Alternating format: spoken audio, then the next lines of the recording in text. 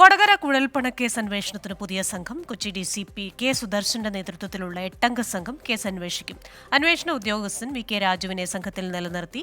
BJP മുൻ office secretary Tirur Satheesh 24നോട് വെളിപ്പെടുത്തൽ നടത്തിയതിനു പിന്നാലെയാണ് കേസിൽ തുടരന്വേഷണം നടത്തുന്നത്. വിവരങ്ങളുമായി തിരുവനന്തപുരത്ത് നിന്ന് ചേരുന്നത് ഷഫീദ് റാവുത്തറാണ്. Shafeed, good afternoon. 24 വന്ന ഒരു വാർത്തയ്ക്ക് ശേഷം വരുന്ന ഒരു തുടരന്വേഷണം, ഇപ്പോൾ ഒരു പുതിയ സംഘത്തെ അന്വേഷണ ചുമതല ഏൽപ്പിച്ചിരിക്കുകയാണല്ലോ. ഏത് സാഹചര്യത്തിലാണ് ഇത്തരത്തിലൊരു പുതിയ സംഘത്തെ ചിലരെ അതിൽ നിലനിർത്തിയിട്ടുമുണ്ടല്ലോ? ഈ ഉപതെരഞ്ഞെടുപ്പ് കാലത്ത് 24 ആണ് തിരൂർ സതീഷിന്റെ വെളിപ്പെടുത്തൽ പുറത്തുവിട്ടത്. കൊടകര കുഴൽപ്പണ കേസുമായി ബന്ധപ്പെട്ട ഗുരുതരമായിട്ടുള്ള ചില വെളിപ്പെടുത്തലുകളായിരുന്നു തിരൂർ സതീഷ് നടത്തിയത്. ഇതിന് പിന്നാലെയാണ് ഇക്കാര്യത്തിൽ തുടരന്വേഷണം, അതല്ലെങ്കിൽ ഒരു അന്വേഷണം കൂടി ഇക്കാര്യം സതീഷിന്റെ മൊഴിയടക്കമുള്ള കാര്യങ്ങൾ പരിഗണിച്ചുകൊണ്ട് തുടരന്വേഷണ തീരുമാനം സർക്കാർ എടുത്തത്.